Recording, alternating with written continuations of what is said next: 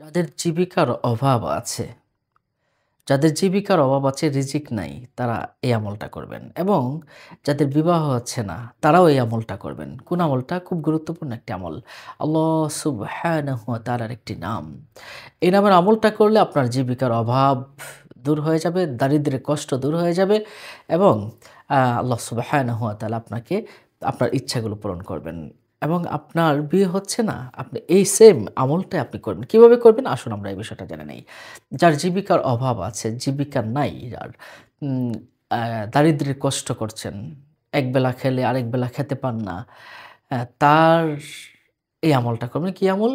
প্রতিদিন আপনি একটা সময়ে পাক পবিত্র হয়ে জায়নামাজে বসে ১০০ বার আপনি পাঠ করবেন। কি পাঠ করবেন? আপনি ১০০ বার পাঠ করবেন। ইয়া লতিফু, ইয়া লতিফু। আগে পরে দুরূদ শরীফ পাঠ করে নেবেন। আর ১০০ বার। প্রতিদিন একটা সময় বসে আপনি তাসবিহ হাতে নিয়ে ১০০ বার পড়বেন। ইয়া লতিফু, ইয়া লতিফু, ইয়া লতিফু। এভাবে যদি আপনি ১০০ বার পাঠ করেন, ইনশাআল্লাহ আল্লাহ সুবহানাহু ওয়া তাআলার ইচ্ছায় আপনি ধনী হবেন। জীবিকার অভাব দূর হয়ে যাবে, দারিদ্র্য দূর হয়ে যাবে ইনশাআল্লাহ। এবং আল্লাহ সুবহানাহু ওয়া তাআলা আপনার একের পর এক ইচ্ছা পূরণ করে দিবেন।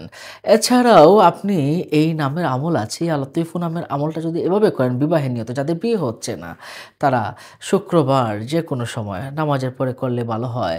শুক্রবার ২ রাকাত নফল নামাজ আদায় করে ১০০০ বার আপনি যদি ইয়া লতিফু, ইয়া লতিফু পাঠ করেন, আপনি যদি দোয়া করেন, অল্প দিনেই আপনার ভালো পাত্রের সাথে বিবাহ হয়ে যাবে ইনশাআল্লাহ। আগে পরে দুরূদ শরীফ পাঠ করে নেবেন। তাহলে কতবার বললাম? বিবাহের নিয়তে শুক্রবারে ২ রাকাত নফল নামাজ আদায় করেন। ২ রাকাত নফল নামাজ যেভাবে ইচ্ছা আপনি পড়তে পারেন। ১০০০ বার আপনি ইয়া লতিফু, ইয়া লতিফু, ইয়া লতিফু পড়েন। ইনশাআল্লাহ আল্লাহর কাছে দোয়া করেন, অল্প দিনে আপনার বিবাহ হয়ে যাবে। আজ এ পর্যন্তই। ভালো থাকুন, সুস্থ থাকুন। দেখা হবে পরবর্তী ভিডিওতে। আসসালামু আলাইকুম ওয়া রাহমাতুল্লাহি ওয়া বারাকাতুহু।